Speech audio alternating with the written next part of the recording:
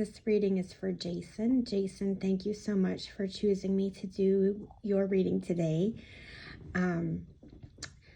There's a lot to get into here. I am incredibly sorry for your loss. Grief is not easy.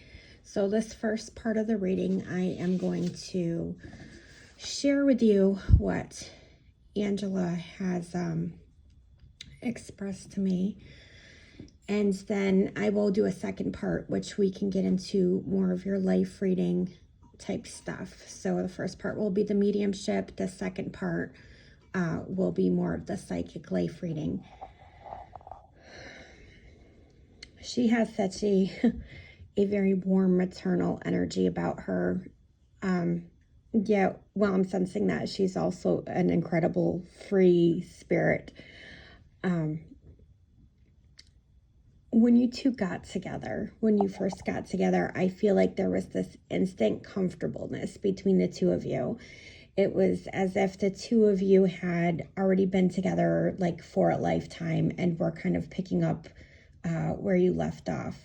And I guess in a sense, that's very true because you two have spent many lifetimes before this one together. So I'm not surprised that the two of you found each other again.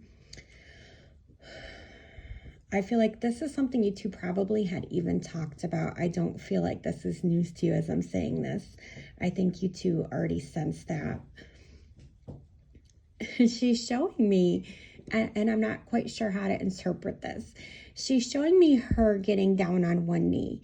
So I don't know if she's showing me that she proposed to you or brought up marriage to you in this lifetime.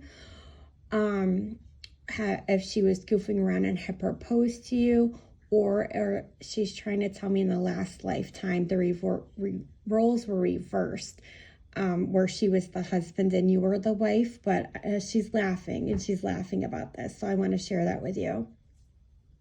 She's taking me to a memory of like foot massages, like rubbing feet. I'm seeing a sock, and the foot being massaged and the sock. And I'm trying to ask her, what is this meaning? And she's talking about coming in the door from work, her just being completely depleted, completely exhausted from work, and that you took really good care of her. And she's thankful for that. She said you always took care of her. The two of you took care of each other.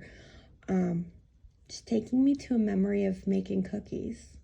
I'm being shown making cookies. I don't know if you all made Christmas cookies together before this happened, but I'm being shown a memory of making cookies, and I'm seeing like the dough and the cutters, and I'm smelling the cookies.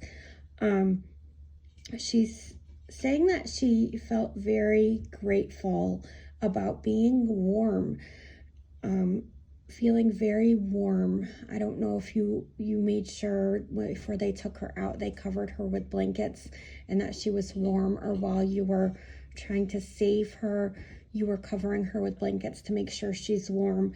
But she wants you to know that she's acknowledging that you made her feel warm, and that was a great comfort to her. She wants you to know that the pain wasn't as bad as what you would have thought.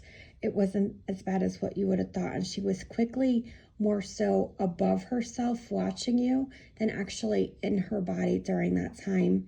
She knows that you tried, and she wants you to stop asking yourself if you could have done it differently. I feel like she knows you're questioning yourself if you did things right, if you did things in a timely manner, if you did the CPR correctly. And she wants you to know that you did everything right. So just stop with that. You did it right. She wants to take me back. We're going back now.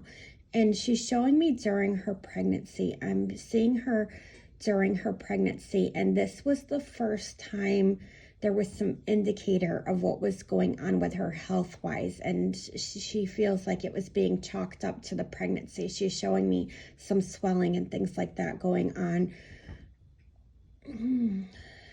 Just this fatigue. There was, even after the babies were born, there was this fatigue. And it was like she couldn't, she was drinking energy drinks or something to try to boost the energy, but it just wasn't happening. And she said, I should have realized it was more problematic at that point. She's like, the responsibility's on me because I should have known.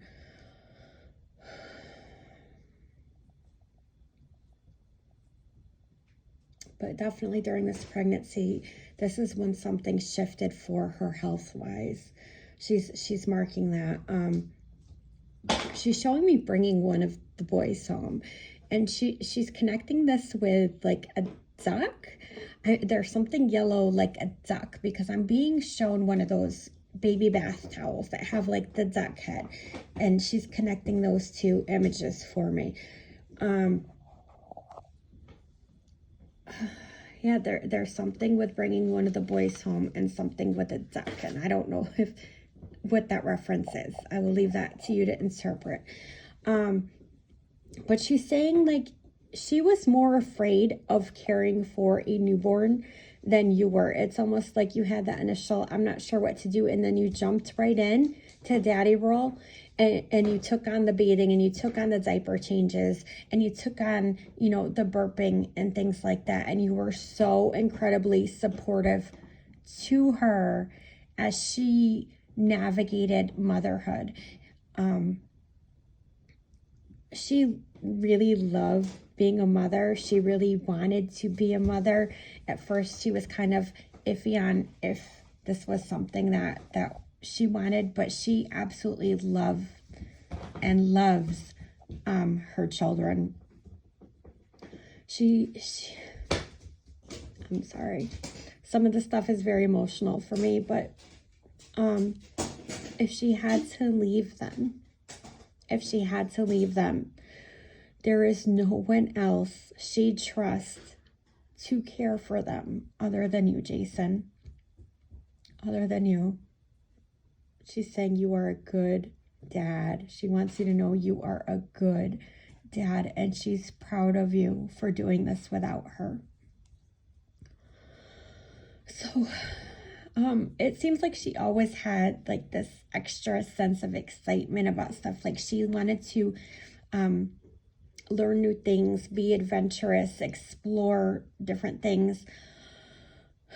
She's just warm. She's bubbly. And it's wild to me because she did come from this challenging past. She had some things in her past where she could have made the decision to almost be a completely different person or to live a completely different lifestyle than the one that she ended up with.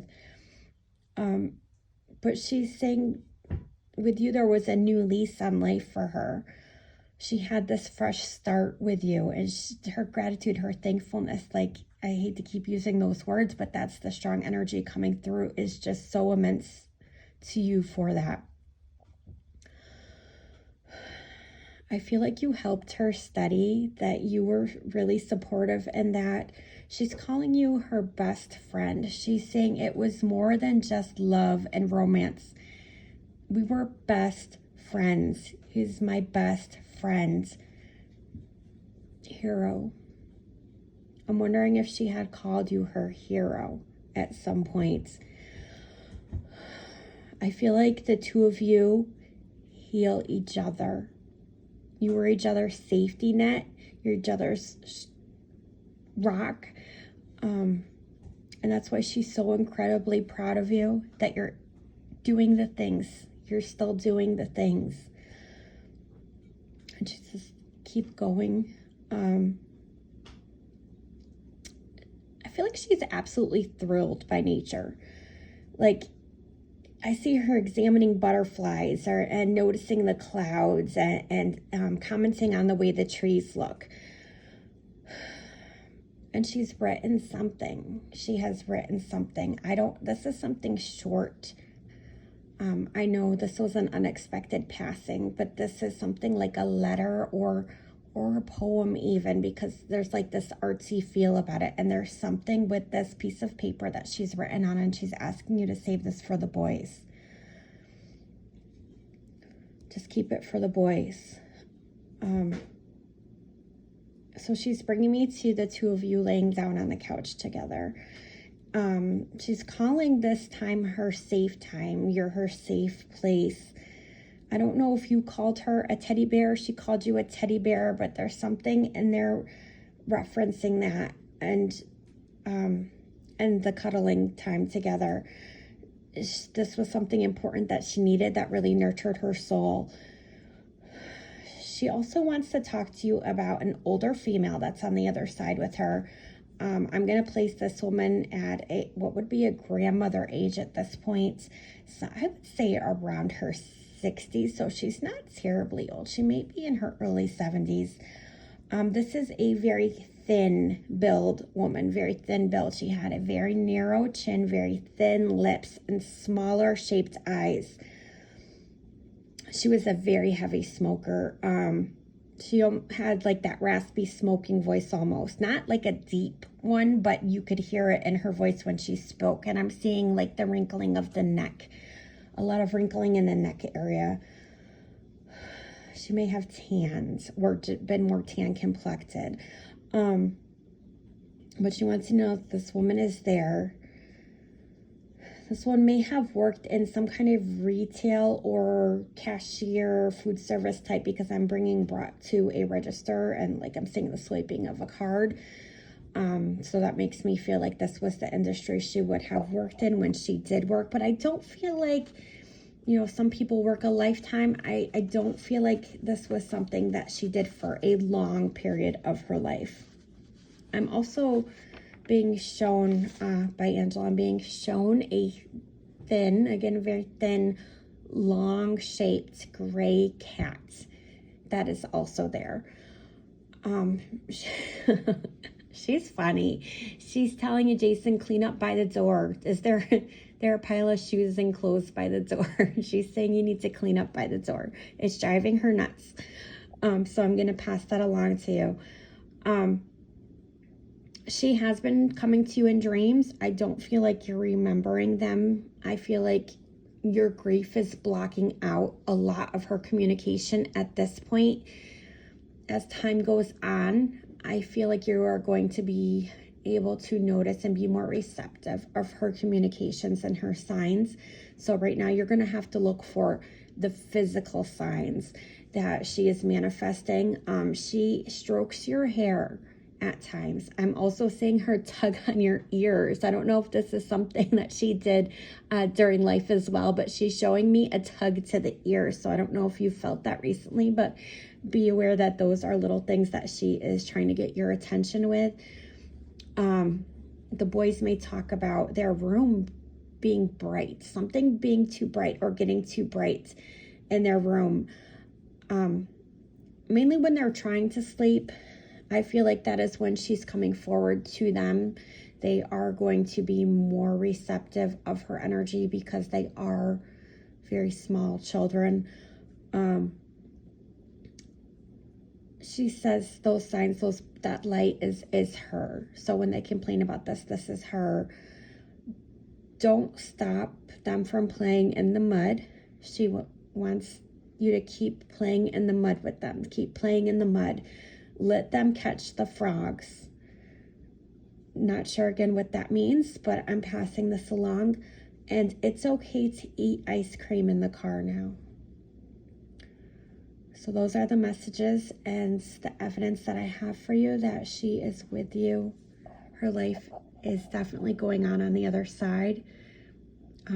Just as you've spent many lifetimes before, you will have many lifetimes in the future. You will be together. I know this grief and this pain that you're feeling, there are no words of comfort that I or anyone else can say, but I want to share with you what was brought to me and hope that it gives you some small sense of comfort and some sense of hope. In this very dark time. I'm sending you all just endless love. You've been in my thoughts and prayers since the first post you made. And I'm thinking about you, and know you can reach out to me at any time. Part 2 will be your life reading.